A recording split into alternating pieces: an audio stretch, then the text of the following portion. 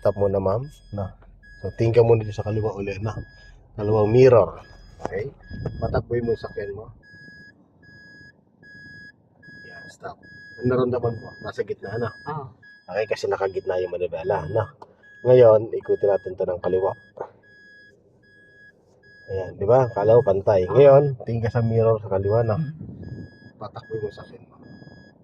Stop. Diba? Saan dinadala? Kaliwa. Ano gagawin sa manibela? Kontrahin mo lang isa lang. Huwag mo sosobrahan na ikutin ng kanan. Dahil saka mo lang i-correct. Dahil ito pantay na. Pantayin mo. Saka, igigit na. Babalik siya doon. Pag pumatay na. Okay, stop. Isa pa. Sa kanan naman. Ikutin mo sa kanan. Ngayon, pag-alay mo sakyan mo. Stop. Dinadala ka niya sa kanan. Yung patan. Kasi, gagawin natin. Kontrahin mo siya ng kaliwa. Yan. Kaliwa. Then, atras. Saka mo siya i-correct. Yan. Ganun pa na. Okay. So, ganun ang pagkukorrect ng ating sakyan. Pag nag-reverse. So, same din niya pa abante. Okay, stop na po. Lagay sa drive. Patakbi mo yung sakyan mo. Dito ka tumingin sa unahan. O, diba? Sa diretso. Stop. Diretso. No, kasi nakadiretso yung manibela. Ito. Ngayon, ikutin mo siya ng kaliwa. Sige. Ikutin mo.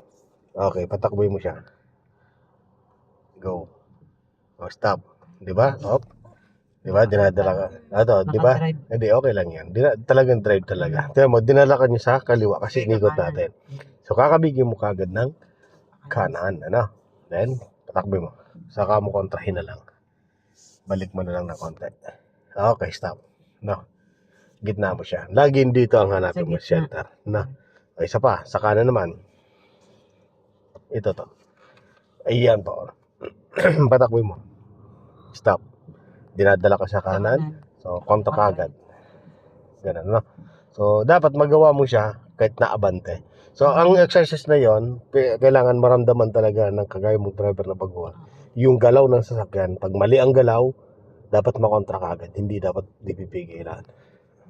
Para iwas at disgrasya na. Okay? So, punta tayo dito sa loob.